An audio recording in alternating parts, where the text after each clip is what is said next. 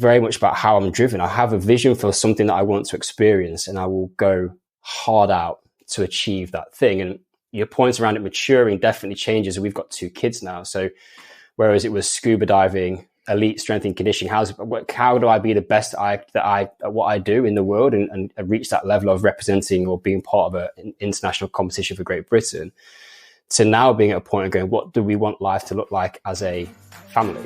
In today's show, we're joined by the wonderful Tim Stevenson, an entrepreneur, health enthusiast, and advocate for living to the fullest. Today, we'll dive deep into the roles we play in life and the art of setting up a successful business, especially if you're unemployable like we both are. Tim will also share his top 3 exercises for maintaining optimal shoulder health and the philosophy behind embracing freedom in many, many forms. So get ready to be motivated and empowered as we uncover the keys to success and fulfillment with the one and the only Tim. So, man, let's start with a kind of an obvious question. Where did your interest in the human body start? Like, when do you first remember thinking, like, actually, that's fucking fascinating the way that works? That's a good question to start off with. So I'd always played sport. I'd always been active as a kid. Rugby was my kind of the sport that I played growing up. The short answer to that question is when I properly got into training when I was in Australia. So I've kind of strength trained a little bit through the years as a young rugby player. Not like, I don't think to the way that people do now. Gym culture wasn't such a big thing when I was 42 years old. It was a while ago when I was playing junior rugby. But we got into the gym training kind of culture and scene more when I was in Australia working as a scuba diving instructor. And I mean, you spend a lot of time with your shirt off, so it only makes sense that you should do a lot of bench press, like quite literally beach weights. So we trained a lot. I say we, there's my friend that I was living with in Sydney at the time. So we trained a lot while we were there, and I came back and was like, I just loved it. I loved the gym. And I think part of the opportunity that I kind of became aware of was that I wasn't good enough as an athlete to play the sport that I wanted to at a high level. I'm not a big person. I was never going to be an elite rugby player. But the opportunity that I've recognized within strength and conditioning essentially was to do something that I loved from a physical preparation, training, mindset perspective around kind of like just how good can you make the human body to be able to perform in the sport. And I had a long kind of coaching background to support that. So it was the marrying really of 2 things. I got really interested in training, plus done a lot of coaching over the years, and originally wanted to do sports science at university, but ended up choosing business. Was kind of swayed down that route in a way of going, you're actually going to have more options if you do a business degree when you come out the other side of it, even though I wanted to do sport. So it came to a point where I knew what I wanted to do. I knew what I wanted to do from a sports perspective as an athlete. I knew what I wanted to do from an academic perspective. None of those 2 things happened. And then I found myself in a situation where I actually then could do a strength and conditioning internship with a company called Sport 981, who I ended up working with off the back of that. So it was very much just a kind of a almost serendipitous amalgamation of lots of things in my life that came together, created an opportunity, and then just dived into it and just like fell in love with it, of just starting to explore how we can start to maximize human performance. Nice. So many places I want to jump in there. What took you to Oz to do the easy question first? My business and management degree, they're often structured, or they're all structured in the sense of they help you to survive in the corporate environment. I didn't want to go into corporate, so a lot of my friends went off to PwC and HP and on grad schemes, and I was like, that doesn't sound like that much fun. I want to go and explore a little bit. So I went to Australia to do my scuba diving instructor qualifications. I could already dive at the point, realized that I could probably get paid to go and see the world, live abroad a little bit, wasn't really ready to go down the sensible grown-up route of getting a proper job and working in London. So went off to Australia, did the internship there essentially, and then they offered me a job off the back of it. So I was in Sydney for all in all about a year, and I went up to Queensland coast, did the Cairns piece for a period of time as well, but and then went to Zanzibar off the back of that. So I did a year in the Indian Ocean as well. So then you realize after a while, like you start to meet people that have been in the scuba diving for 5-10 years, and they're like, I can't do anything else. They can't get a different job. So I like jumped off before it got too late, and I got labeled as a permanent beach bum. Yeah, I know. Like, so I was doing ski season. It's exactly the same kind of thing. It's like, oh, when you've done 15 of these seasons in a row, there's something like romantic about that lifestyle where it's like, okay, yeah, sailing instructor in the summer or a dive instructor in the summer, then like skiing in the season and in the winter. And it's just like, it's romantic, but like there becomes a point where like, I should probably earn some money where I can feed myself adequately as well. Yeah. I mean, that was a decision for me. I was torn between going to my windsurf instructor qualifications and my scuba diving. And I went to an open day. It was like, here are your two options. And they were like, as a windsurfing instructor, you can expect to earn £25 a day. As a diving instructor, you can earn £110 a day. I was like, okay, I'm going to go to the diving instructor. That seems like a better option. Makes sense. So like everyone I seem to interview on this podcast has this like pull between, am I going to do something that is very me and kind of athletic and some sort of like inherent pursuit? And then the kind of the business side of it as well. Even when I was talking to like Nikolai Sherma, who's a ski mountaineer and incredible skier, it's like, how do I marry these things together? And you had the voice in there that's like, oh, I don't want to go down the like PwC, so like the big the kind of corporate world like process. Like, what was turning you off from that? Oh, this is a nice rabbit hole. I would say that I recognize in myself that I am a massive nonconformist. So if I get told what to do, I'm going to do the other thing. So I just don't want to do the same as what everybody else is doing. So, and I laugh about that character trait that I have about myself, because it's even things like adopting brands. Like, I'd rather not adopt the mainstream brand and do something different and go and find my own brand that no one knows about, because that makes me feel like I'm not conforming, because I don't want to be the same as everybody else. So I think it originally started from being like, well, you're all good on grad schemes, I don't want to do that. And then you start taking yourself down that non-conformist route, and you find yourself in a situation where you're scuba diving instructor in Zanzibar, and you're like, then you go and wonder, how am I going to get back from this? I'm kind of gone way out. Ground. Yeah, exactly. And I think then that comes into, why do you want to be self-employed? Well, I don't want someone to tell me what to do. So if I have my own business, I make my own rules, essentially. And I think it stems from that, the curiosity of challenge. Like, can you do that thing? The more time you spend in business, the rose-tinted spectacles of what it's like to be an entrepreneur start to fade, and you realize how difficult it actually is. And that it's that stuff of that continuous opportunity to test yourself, to challenge yourself, to go through. I mean, I find it interesting the way the world is at the moment with resilience training. And I'm like, okay, like if your life that you've constructed is not difficult enough, in terms of you're not creating enough challenge in your life, there's a question. I'm not saying it's an entire solution, but you can actually, like, just by the decisions that you make, you can find resilience training just through bigger things. I don't need to get an ice bath to prove my resilience to myself. It might help as part of that. But I find that that's just an interesting kind of place there to go down that route of creating your own rules, having a dream of the lifestyle that you want to live. And can you manifest that for yourself on your own rules? Because the reality is, you go and get paid by someone else to do it, is they own your time, and then they are the ones that are ultimately profiting off your expertise and efforts. There's a lot in there. I don't know where I went with that. All over, left, right, and then back to the middle. I was smiling throughout it, because like that nonconformist thing, like that is so me. And the example you gave of like not of buying brands that are different just for the sake of buying a brand that is different, that is me all over. And Harriet would have, when she hears this, she'll go, yeah, that is exactly you too. You mentioned your vision there, and like you having this kind of idea of success. Now, I know personally, and through working with thousands of people now, that vision, it starts off so naive. And it starts off like, oh, I want this kind of thing. For me, it's like, I'm going to work X number of hours and like travel every single day and that kind of stuff. And it's kind of, it's matured as it's gone. Like, what did you have? How did that vision start? And like, how's it matured as you've gone on? Like, what have you sacrificed from it? Yeah, that's a great question. The overriding thing for me within all of that is that, and it probably encapsulates, I actually kind of borrowed this phrase from a company called Altus, which did some work. They do like sprints and speed track training in the States, American company. And it's like doing cool things in cool places with cool people. Like, that's kind of, I'm very much an experiential type person. So what is it like to go and work as a scuba diving instructor? Like, it's pretty cool, turns out. Like, to have that experience to then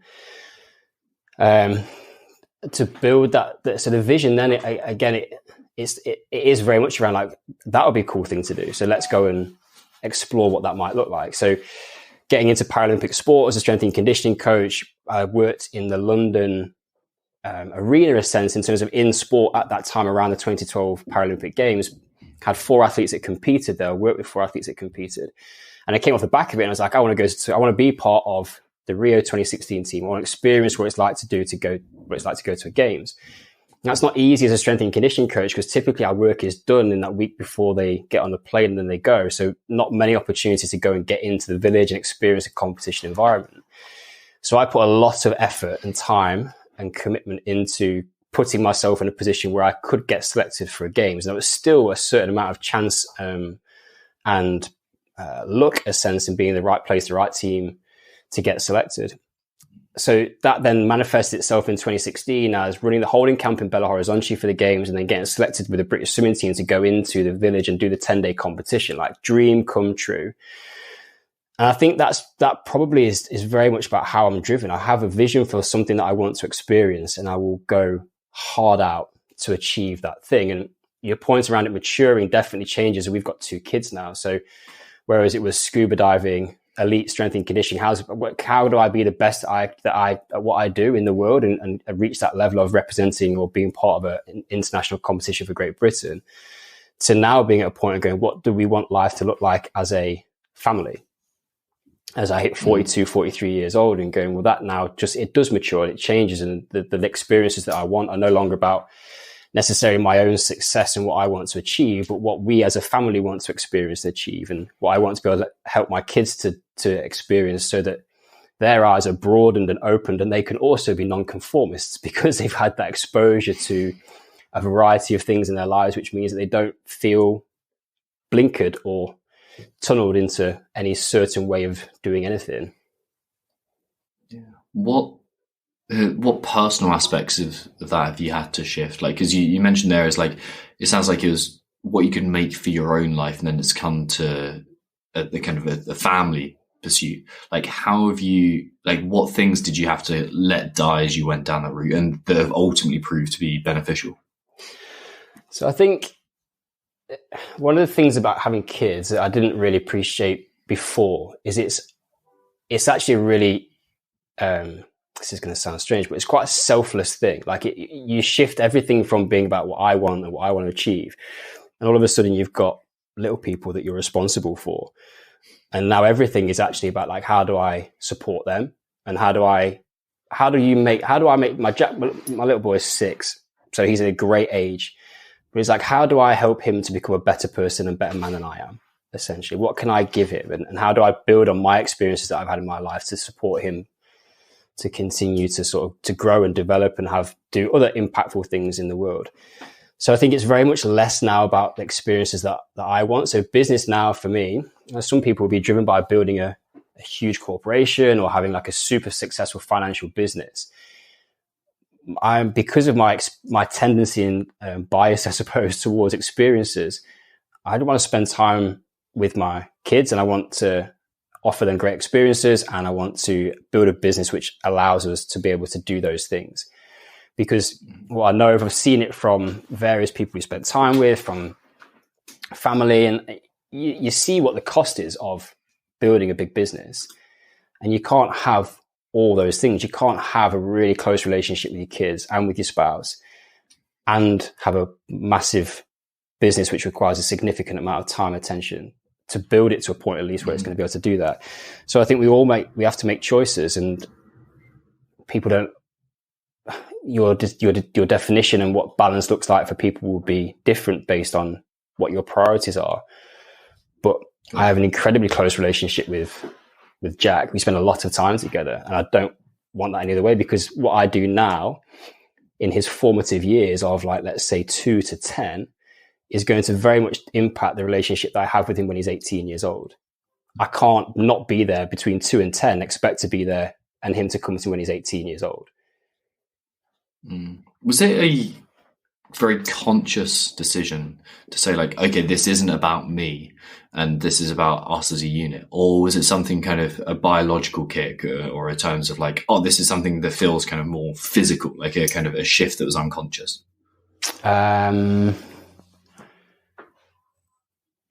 It's probably a little bit of both. I think it probably comes back to that vision of going, well, you've got kids now, so you're kind of in this. Like you made that decision, so you now have this responsibility. So you embrace that and go, well, what does it look like? And the thing about kids that's like really challenging, and people will know this that have got them, is like sometimes all you want to break is for your kids. You look at people that don't have kids, you're like, look at the freedom, the spontaneity that you've got, and that must be incredible. You've got kids and you just want a bit of a break so you can rediscover those years or those times. And then you go away for a day or two and they're not there. And you're like, oh, I wish the kids were here. It's crazy. It's a really strange, like paradoxical kind of mindset around it. But it happens because the memories that we make and the times that we have together that are special are wrapped in those experiences a lot of the time. So I think it is just it is conscious and subconscious. I have to provide for you and I consciously want to provide for you. So there's a two-edged approach, I think, within that. Yeah. Do you find it because this is something Harry and I are at that kind of time where we're kind of thinking, oh, kids would be like, so they're on the horizon somewhere. And like there's so much sacrifice with it as well. And especially when you run your business, there's an element of like, okay, I'm going to have to give this up. And one of the things that I've thought about is like, okay, do you have to let off a bit of that, that focus on me becoming the best I possibly can be and that pursuit of self-development? Or is that enhanced by the kind of setting the example for someone that's going to mimic you? Yeah, it's both again, because I look at it and go, how do I become a world-class dad? Like my default is world-class. How do you become world-class? Like what you ever choose to do. And if I can be a world-class husband and father, then I've taken care of the most important things in my life, because what I don't want is a big business and then lose my family. So you kind of prioritize and put those things first. And then within that, it's going, well, having kids at where ours are now, Jack's 6, Naomi's 2, we're in a season where it's actually, we don't have a lot of spare time and we're trying to work and grow the business and go after the vision of what we want our business to look like. Cara and I work, and my wife and I, Cara, work in the business together. We basically co-founded it. So it's recognizing that right now it's a difficult season. So we can't push that hard in terms of what we want because the kids' needs are greater than ours. So you're right. There is a massive amount of sacrifice, and I could be at home less and I could do other things and we could structure our lives in that way. But we make a conscious decision if that's not how we want to be. And we know that time will come when the kids are more independent. But I know that I can't, as I said before, get this time back once it's gone. And it's such an important part of their development and our family's unit development that we are kind of all in. And Jack sees us work. He often says to me, Dad, you always work in. And I go, you don't even know the half of it. There's some people who work a lot more than what I do. But he sees us working hard and he sees us having to put him to bed and go to work. And I think he is observing and learning that side of things. We've just got to make sure that becomes a healthy part of his understanding of our life, and not something which is like, you work so hard and you're not here. It's like, you work hard and you're here to put me to bed every night. Yeah, lovely. You mentioned there about like, okay, I'm going to make the most of this time I have now. And that idea of like amor fati, like love your fate. Like this is the one reality that I've got and I'm just going to embrace that. That seems like such a useful perspective to have, because like it's easy to, like the grass is always greener. Like, okay, when this changes, it will be different. When I have this in my life, when I have this freedom, this time, when he's a little bit older and look after himself a bit more, whatever it is, like that will be different, but it's not reality. Yeah, and it's not easy. Like we often joke that people think when they've got kids are like, oh, bedtime, it's bath time and stories. It's magical, you know. No, it's not. It's the hardest 2 hours of the day. When you've done a full day at work and it's now time to get the kids into bed, it is brutal.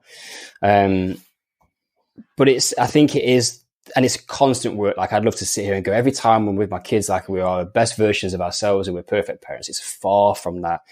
But I think it is that recognition that it's a constant reminder to go enjoy what we have now, because I saw a quote and I can't remember where it was, who it was by, but you know, when you're on your deathbed, you would give anything for another day with your kids if you've got a positive relationship with your parents and family. So I don't want to look back on that time and go, and this is partly driven by the fact that we had kids quite late. Like, we were married for we were married basically, I can't do my maths now, but we were wasted a long time until we had kids. So I'm now 42 and I've got a 2-year-old. So I recognize if I had kids at 25, I've got more years. Whereas I've actually, by the time I'm 80, Naya's going to be the same age as I am now, there or thereabouts. So like, actually, that doesn't give me that much time. So I'm kind of a little bit on that. I need to claw some of that back so that the experiences that we have during these years, I'm not going to get to that stage and go, oh, I missed out. Because I haven't got another 10 years to play with on somebody who's had kids at 19, 20, 25 years old. Just a quick favour to ask, my friends. If you could head to wherever you listen to this podcast and leave a very kind review, that will not only help my ego virtually explode, but it will help people just like you find the podcast too, and hopefully help them to their next level. I feel like that is a perspective that's really found its utility again. It's like it's revolutionized the way people think again. I don't know what it is. I don't know whether it's stoicism that's come back into fashion, or whether it's people just reading and having this idea of self-development. And it's like, it seems way more acceptable and socially acceptable. It's less like, oh, fucking self-help books and people trying to all this boring shit, and more it's like everyone's genuinely trying to improve themselves, but having that perspective of like, I'm going to make the most of this. Like, and it sounds morbid as fuck, like thinking about how you're going to your death and how that relates to your kids and all that kind of thing. It's a heavy subject, but it does certainly make you make the most of today. It reminds me all the time, and I don't know if you wanted this to be a conversation about parenting, but I'm going to give you a bit more until you change the direction. But it's like watching films now when we've got kids, and the kid in the story is like in some way dies or is ill, or like it hits so different. And I forget the guy's name, but the newsreader died this week at like 57 years old. And it's like, you don't have the time, the time that you think you've got is not guaranteed. So there's people all the time dropping out of this before you would say that their time is probably due. And you're going like, I don't want to, if something was to happen at 55 to me, like Jack's going to be without me for a significant part of his life. So how do I make sure that time that we do have is well spent? And I know that even if I double down on that, I'm not going to get to 55 and go, oh, I'm not dead. I wish I'd had those years back. Of course you're not. Like, it's just, you're going to have that time, and it is morbid, but we are like finite. So I just think, if you're going to have, for me as well, at least, have kids, enjoy as much as what we can out of it, and try and stay sane in the process, because that is the challenge. Yeah, I bet. And yeah, I've got my life in weeks poster up there, which is just simply crossing off each week until my anticipated date of death, which is always a good thing to keep in mind. But that is the same kind of thing. It's just like, okay, it's a reminder. It's a reminder that this is temporary to the best of our knowledge. So you might as well act now how you'd want to carry that on in the future and how you'd like to remember it as. And it's a hard balance, right? Because you kind of go you could just blow it all now and just go, let's live the life, and then you struggle later on in life. But so I think it is just, you've got to you got to pace it almost, haven't you? You can't just blow it all like early doors and expect to die young, like, because you might live to 100.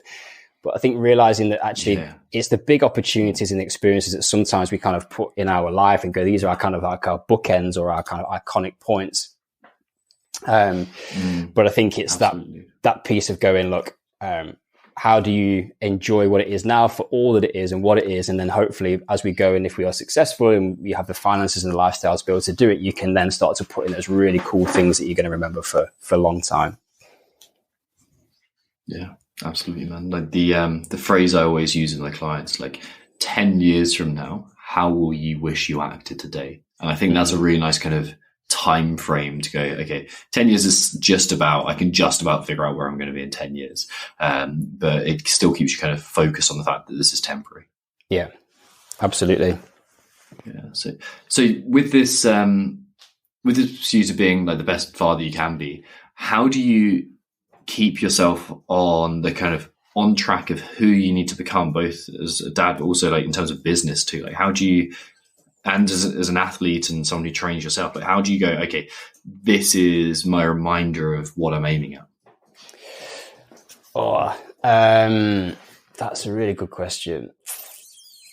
A constant process of reflection, I think, and staying grounded. Like, I actually think there's, I have a bit of a love-hate relationship with social media, but for all of the hate parts of it, there's a lot of things where you can use it strategically to have the right influences, exposure to positive ways of thinking, and almost like if you follow the right accounts, you can have that accountability kind of check-in on quite a regular basis of going, just, I quite like the motivational accounts, because it is that constant thing of going, remember what you're working towards, prioritize what's important. And those, I think there's less these days around this kind of like hustle porn of like, get up at 4:00 in the morning and go to bed at 11 o'clock at night. And it's all about success and going, actually, what does rich kind of look like? And I think Cara and I are extremely reflective. I think that's one of the real benefits of having spent so long in a high performance sport environment, is that those traits of reflecting on performances and then looking about what that means from future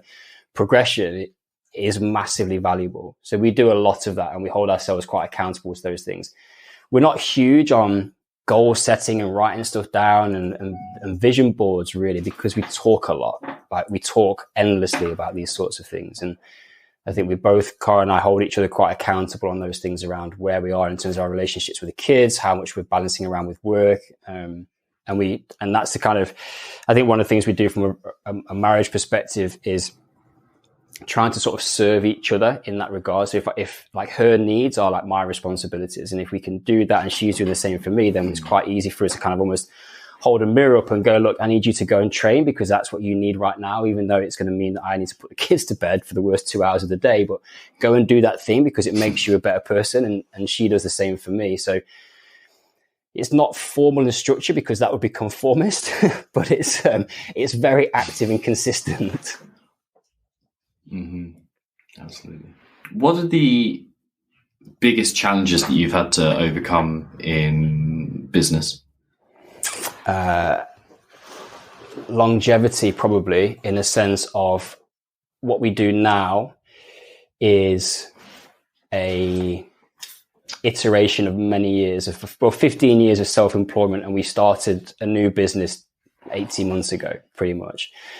So the serial entrepreneurship is there, trying to find a space within human performance where you can do work that you love, that fulfills you, where you're able to achieve a level of impact that you are capable of, and that you can become financially appropriately rewarded for, so that you can actually then build a realistic long life around the business in terms of income, because there'll be lots of very poor strength and conditioning coaches and personal trainers that aren't making any money and then struggle to stay in the industry because they can't make a long-term career out of it. And it's taken a number of different iterations and a lot of quite painful learning processes over the years of having an entrepreneurial spirit, doing business and management at university, coming out of that with a certain amount of ego of going, well, I can run a business because I'm business minded, and then realizing actually that you don't really know anything about business, and to stay in the self-employment game long enough to actually have the opportunity to actualize what you believe you're capable of at a level that you desire. That's been the hardest thing, I think, to keep going when it's for a lot of times like I've been self-employed in sports performance since day one. I don't think I know anybody else who's done that in elite sport. Most people will get a job, go and work for an organization or a national governing body. They have a mentor. They have all the kind of the benefits that come with an employed role. And then when they've built a career, do they then step out and then go, now I'm on my own. I'm going to utilize my network that I've built from within these established corporates and organizations to now go and to launch myself. As a self-employed person, I kind of did that from day one without that network to go through. So it has been a lot of times felt like pushing a rock up a hill at times, with these kind of really big success points along the way to kind of go, like, you're doing really well, but you kind of need a lot of things to come together to actually then create a viable, successful business which fills or ticks boxes across the board, rather than just like, I'm succeeding really well in an elite sport environment, but I'm not getting paid for it particularly well, or there's a cap in what I can potentially earn whilst doing that. So that's been an ongoing process, something we still strive towards. But this is, again, like, this is the game of it. Like, can you stay in long enough? The picture that goes in my mind is, that kind of cartoon where you've got two people digging a tunnel, one person walking away with a pickaxe on, the other person with the diamonds. I'm an optimist. I'm like, it's coming. It's right there. We're right there. And that is enough to keep me doing what we're doing and stay in the game for long enough, I think. Yeah. That's interesting, like, because you almost need to balance that that pursuit of, like, the optimism, the great image of the future, and being able to have that vision of success. Like, that's something that comes very easily and naturally to me as well. But, like, balancing that with the almost pessimist approach of, like, okay, we've got to confront the hard reality, and have that kind of the yin and yang of this approach, and really kind of confronting the cold hard truth is a different skill set. And for me, didn't come naturally at all, and still has to be something that I'm conscious about. Like, is that something you've always had there, or is that maybe, I don't know, your lovely wife and business partner, is that something that she provides, and that is it complementary in that way?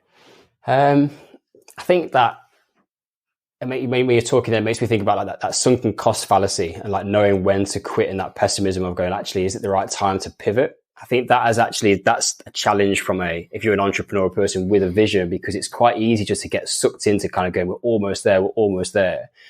And I think for a lot of people, there comes a point where it's not going to be what you wanted it to be. So we need to pivot, evolve, adapt, and move.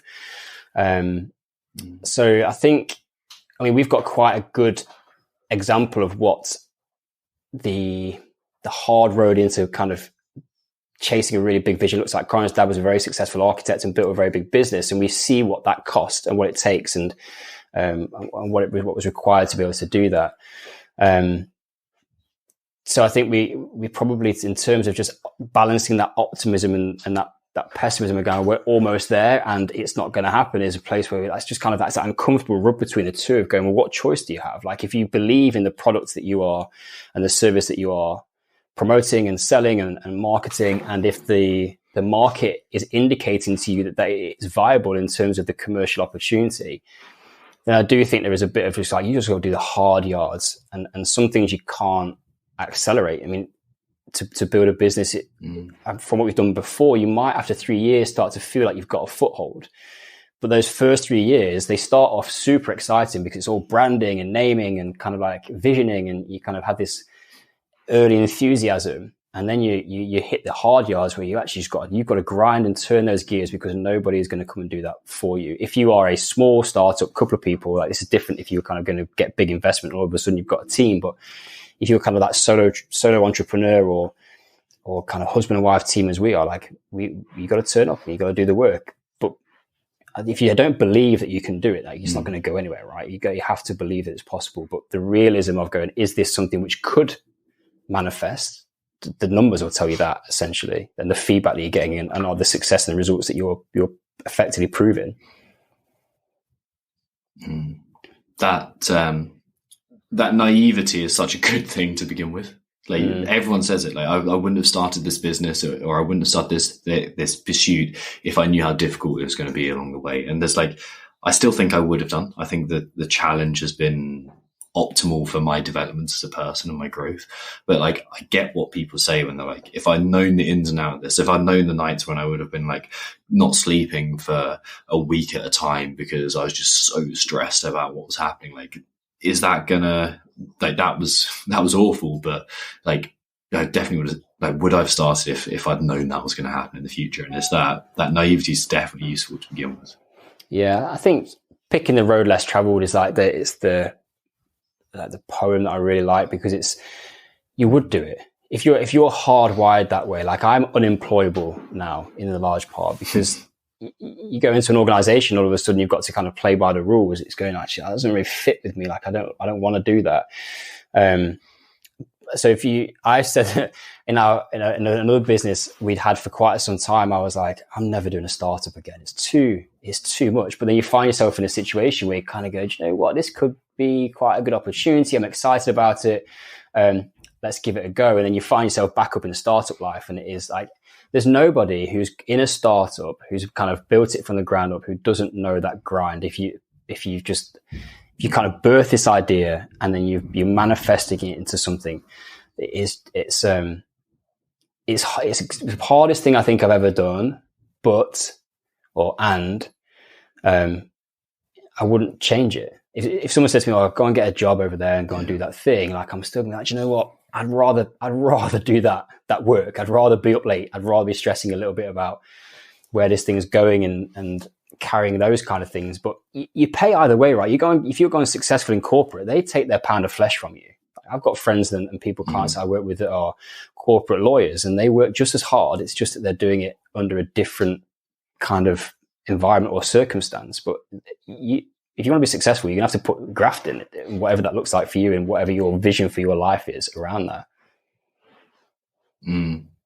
Absolutely. Yeah, I had this conversation with Simon Jeffries of The Natural Edge the other day, and the theme that we always come back to whenever we talk, he's former special forces and obviously been in the Marines, is that the path you walk in the military is kind of glamorized as this ultimately difficult task that is the kind of the pinnacle, especially special forces like Simon and so many others. It's just like that is viewed as like it's so difficult, but we both agreed that actually it's a hell of a lot easier than entrepreneurship because the path is clear. You've got the next steps. It's like, okay, you've got this 8.5 month program that you're going to go through. If you get injured, this is what happens. Like, these are the criteria you've got to meet in every exercise. This is your standard of performance to get to the next rank. It's all there laid out for you, and every SOP is there, so it's clear.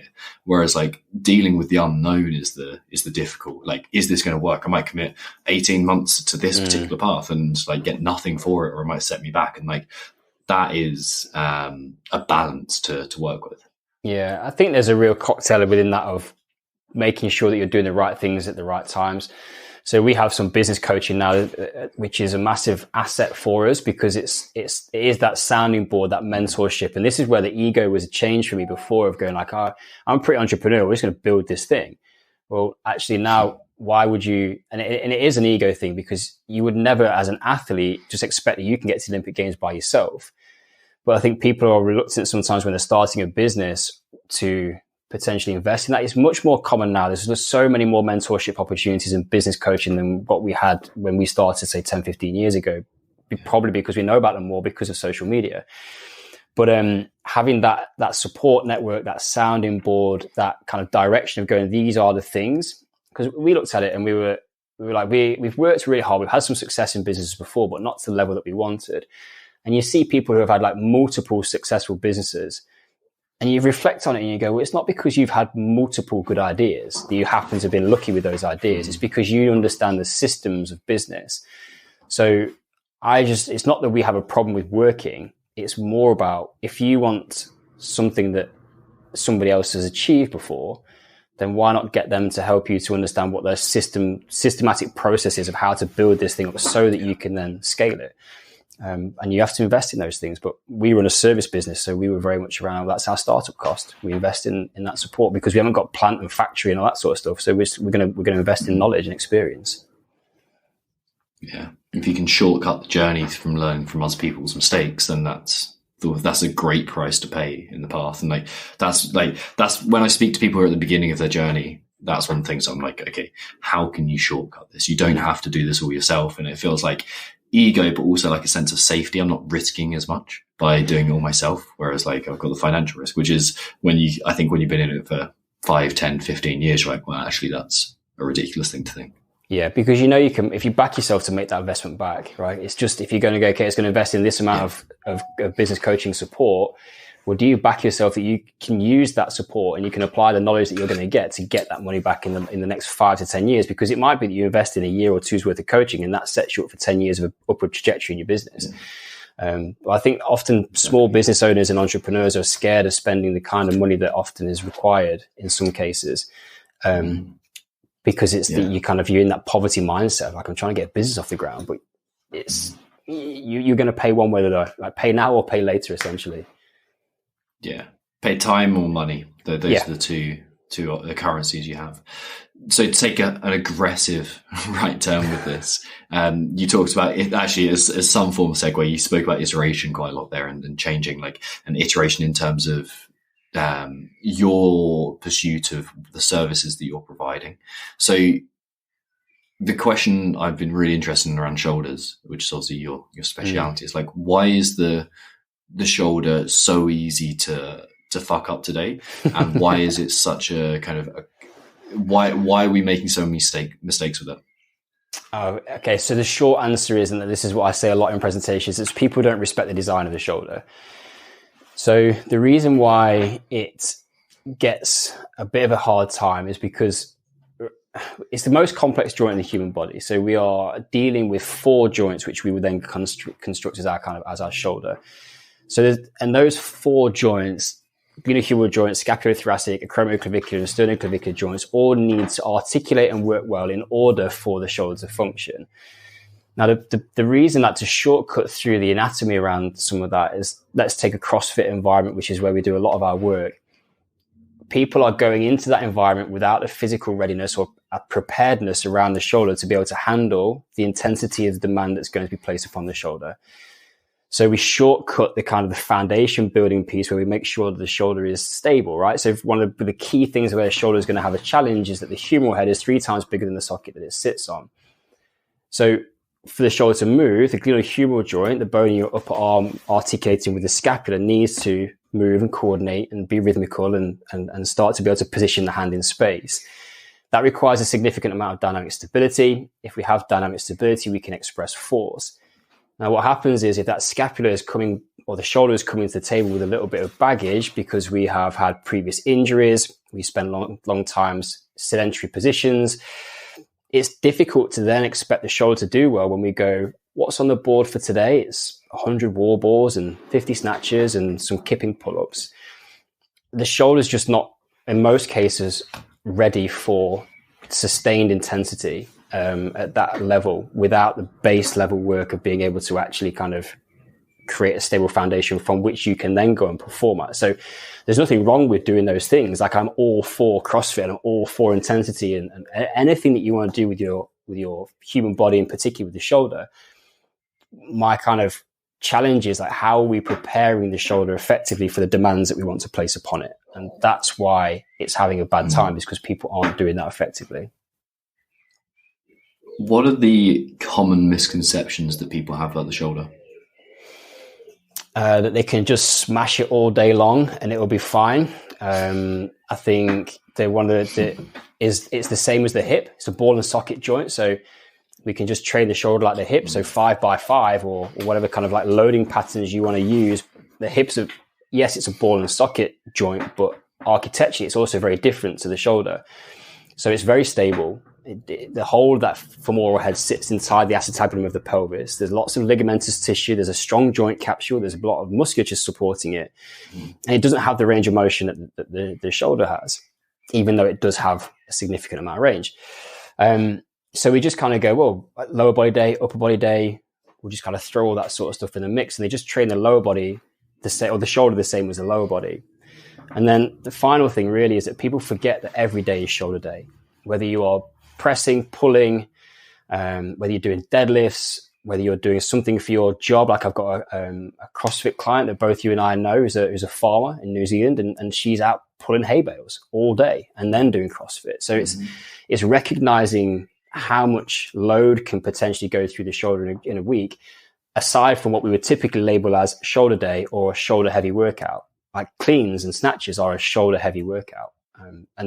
We need to recognize that all of that load and intensity that we want to put onto the shoulder, along with the fact that maybe some people don't have the fundamental base level stability and movement quality to be able to handle those higher intensity type movements, that's when we're going to start to have a little bit of a challenge in keeping a shoulder moving well and performing in long-term progressive upward trajectory from an output perspective. What do you consider more important with the shoulder? Is it like the major muscle groups and their contractions. So I'm thinking lats and pecs and the kind of the patterns that they move in and the stability that they provide, but also the kind of the more dominant patterns they perform, or is it the minor? And I'm going to guess that it's a middle ground between the two. But like, where does the emphasis need to go? Across the board. So if we take what a high performing shoulder is going to need, like we need, and these are all connected in different ways and combinations, but we need range of motion from the shoulder. We need some level of neuromuscular control, so isolated control around the joint. That shoulder needs to be part of the wider human movement pattern. So let's take, for example, thrusters is a really good example.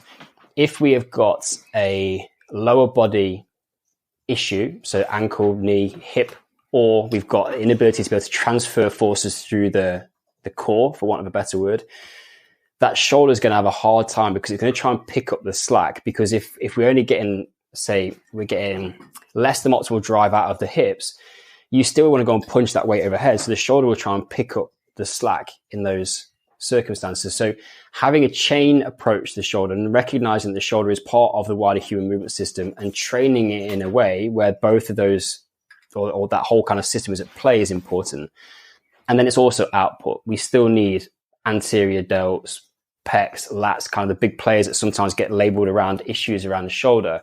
They also still need to do their job. It's having that kind of, I have to like it to an orchestra, like it's a symphony. We need all the players to be working together for there to be something which in human movement terms looks effortless and graceful. That's what high quality movement looks like. It looks like it requires less effort to do it. And if we can get that balance right, then we're in a good place. The problem is that most people do end up when they have a shoulder problem, if they're in a strength training kind of history or environment, is they get overpowered and understabilized. So it's not that they're necessarily weak, it's just the relative balance is out.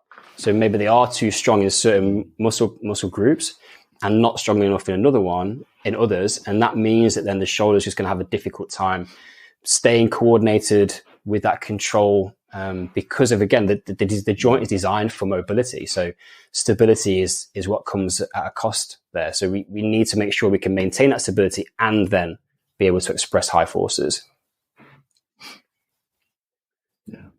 If you could add only, let's say, 3 exercises to everyone's shoulder health routine, what would those 3 exercises be? For the current world, where for a lot of clients that we see, some thoracic spine extension, so to get the spine moving a little bit will help with the shoulders getting into a better overhead position. For a lot of people, and there are critics around this on social media, and I don't think that they fully understand the landscape of where people's shoulder performance is at, but something around the neuromuscular control around the shoulder, so whether that's rotator cuff work or scapular control type work to make sure we can get enough movement in the scapula for this joint to articulate well. So like people will laugh at me when I sort of like refer to external rotation work, because everyone who's had a shoulder injury will have done some external rotation work in the past, and people will be like, oh, it doesn't work, or it's really boring. It's only part of the puzzle. If you don't have that neuromuscular control joined into something else to connect the whole system together, then yeah, it is going to only have a limited amount of benefit. So if we put some thoracic spine rotation work in there, extension work in there, most people will benefit from some rotator cuff work of some capacity and variety, depending on what their issue is. And then I'm going to go something on the gymnastics rings, because it just brings everything together. If you can go, let's take a ring push-up. If you can do a decent set of ring push-ups where we're not necessarily leaning on the straps, so that we've got some level of dynamic stability demand, you have to control your midsection and the core, so that we're now transferring forces from the shoulder to the pelvis, because you're now supporting yourself as opposed to lying on a bench and having the bench provide that stability for you. Then you're kind of ticking those boxes of we've got some mobility, we've got stability, and we've got strength. And that those 3 things are now connected and working together to complement each other. Then we've got a shoulder which is going to have a decent time. Love it. What do you think about the use of barbells compared to odd objects for shoulder health? All has its place. So a lot of my philosophy around training is around play. So there was a long time in my when I was doing a lot of calisthenics where we would literally just go and handstand on anything that we could find, beer kegs, park benches, like anything, because it's play. And the more awkward you can make your training environment, the more, let's say, athleticism and literacy you gain around your human performance, because your body and brain is now kind of got these, it can handle more variability. So I think if we only ever train with barbells, then we're missing a trick in terms of starting to build athleticism through the upper body, particularly again based on the amount of movement options that the shoulder has. So, but then the barbell has a very clear role in strength training. So it's blending those things together. I think variety is where people start to miss out in their training program, because we only use barbells. We'll use dumbbells, use kettlebells, like hang from bars. Can you crawl on the floor? Can you use gymnastics rings? Like, if you want to do the mace work or anything like that, then that's all good stuff, because I think sometimes we kind of go, this is the methodology, this is the tools that we use, and that's how we get strong. I'm like, that's a very like 20th century way of thinking. Humans did pretty well from a movement perspective without barbells, and they kind of, I don't know, conquered, like, I say conquered is a bad example, explored new worlds, went to the North Pole. Like, people were athletic in a different way. And I think we've very much kind of constrained fitness down into a mass market model that happens in a certain environment in a certain way, and then forget that actually the human body is designed to move in far more ways than just doing repetitive movements in a gym. Yeah. I love that. The kind of the rugged approach, the more versatile approach. I love the phrase you use, literacy, of having that capacity. And it's almost like being able to speak the language with a high degree of vocabulary. Like, you can have a more complex conversation. Yeah, absolutely. And it creates more movement options. And I think it's that exploration of, what can I do? Like, what's it like to learn a handstand? Like, it's a hard skill to learn. I think where people go, I can't do that because, like, particularly when you get to, I'm 42 years old, you get to a stage in life where you're going, actually, I want to be able to do a lot of this stuff when I'm older. And what is 100% true in human movement is use it or lose it. So if we find ourselves only ever getting good at certain movement patterns, don't expect to have the other movement patterns that you haven't trained available to you after 5 or 10 years. Lots of people have shoulder problems because they're super stiff, because they've just done a huge amount of bench press over the years, or repetitive type movements. And all of a sudden they're going to go, I kind of want to do CrossFit now. Or you're like, you haven't earned the right to go and do CrossFit. And that's where they jump in, because they're quite athletic and they can go in at quite a good level. But underpinning all of that, the shoulder's not ready for it, because it lacks literacy, it lacks control and stability, even though it's got some output capacity. So we kind of in a reductionist kind of thinking around it, and it challenges the way that people want to train, because we go into a CrossFit environment, for example, and go, this is how we do CrossFit. And it's good for part of it, but what are we not doing? So there is no perfect solution other than being a generalist, I think, from a human movement and athleticism perspective. So the more you can do, the more environments you can play and explore, the more success you're ultimately going to have. When we take away the fact of, I need to look a certain way or be a certain body composition to be deemed as a successful athlete, there's a lot of big ripped people that don't move very well. Yeah, they walk into any CrossFit gym and you will see them. Like, I think every box that I've trained in, I could probably point to 2 or 3, like, let's say guys who could bench 120, 130, 140, go into CrossFit, and then entered a world of pain, just not having that dynamic stability to like, and then it's just, but then there's the ego associated with it as well. And taking that step back to go, actually, I'm going to address this from the ground up. And people will often find that they have to do that when there's a big enough problem which stops them from doing what they want to do. So one of the benchmarks that we use... And I've been there too. Yeah. One of the benchmarks we use is like a crab walk. Not benching 120, but definitely. But can people do a well-controlled crab walk? And it's like real simple, just as a ground-based movement that you would have done when you were kids, like playing in the playground or whatever. But it's one that really catches people out, because the shoulder just can't move through the ranges of motion. And then we wonder why we're having problems in our ring dips or our ring bar muscle ups, because we're lacking shoulder extension in the crab walk, but we want to go and do that explosively as we come into our transition phase. And that shoulder can move in the socket and it rides to the front and it's going to start to bang up that anterior shoulder, and then people are going to get pain. So it's again going back and going, where have we missed these pieces of athletic development which are actually helping you to go and participate in a really intense athletic environment? Yeah, beautiful, man. So to give you an open goal to finish this podcast on, where would you recommend people start with this process? Like, what options are available to them if they've got shoulder niggles or perhaps like kind of solid injuries that they want to work on and get around, or B, want to prevent further injury from happening or any injury from happening? Yeah, I think that's a really good point. And the first thing is to identify the fact that, like, if you've got a problem and it's been a long-standing problem and it's not getting better, what you're doing currently isn't working. So you need to do something different if you want to get that outcome that you're looking for. And recognize that from an athletic performance perspective, the weak links in the chain, the things that you're kind of covering up and papering over and kind of getting by with and working around, are the very things which are limiting your performance potential that you're currently actually striving for. So taking 6 weeks to go and do something around your shoulder could accelerate your progress way further than what you're currently expecting, rather in comparison to trying to continue just to kind of like hit that thing for the next 6 months and make like moderate to meaningless gains, because it's just, you're not addressing the root cause of the problem. So understand that if you want to do something different, you have to potentially change the way that you train for a period of time and loop back in and see that opportunity to come back better than when you started.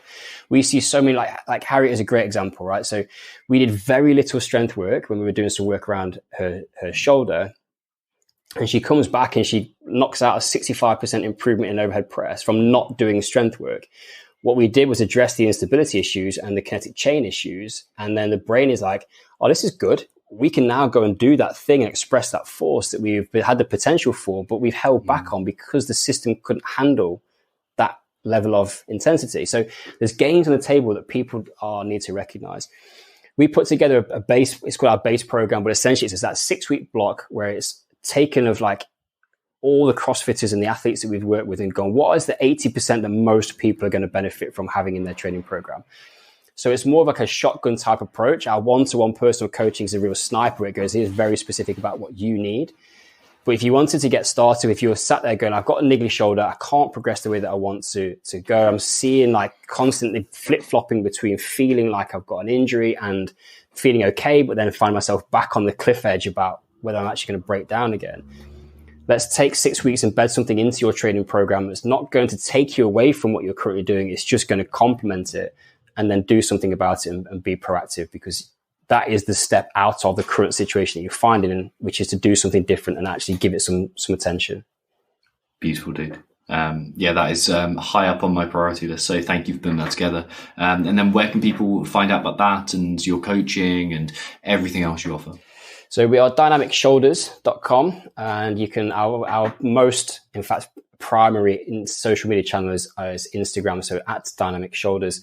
And if you want to get in touch with us directly, you can book a free call on the website. You can have a conversation with me directly. So if you've got a question around your training, your shoulder performance, book a call. The objective there from my side is just to help you to get clarity on your next steps, because when I had my shoulder dislocations and issues around early on in my career from the rugby background and the surgeries, I find it very difficult to navigate my way through that process back to competing and training at the level that I wanted to. So part of what Dynamic Shoulders is about is essentially to help people transition through that phase and make sure they can actually find a way through to doing what they want to be able to do, which covers a whole different amount of things, from CrossFit specifics. I've got people that are climbing mountains, rugby players, all sorts of different things. So it's all on the table. Beautiful, dude. And speaking from secondhand experience, seeing the work that Harriet's gone through, like the care and the personal touch that you put in is so impressive. And yeah, it's like it differentiates you from a lot of online programs and online kind of movement specialists with the level of care you put in. So A, thank you for Harriet's recovery and speedy recuperation, but B, it's it's a shout out to you and who you are, and a testament to your professionalism within that. Thank you very much. Appreciate that. Absolute pleasure, man.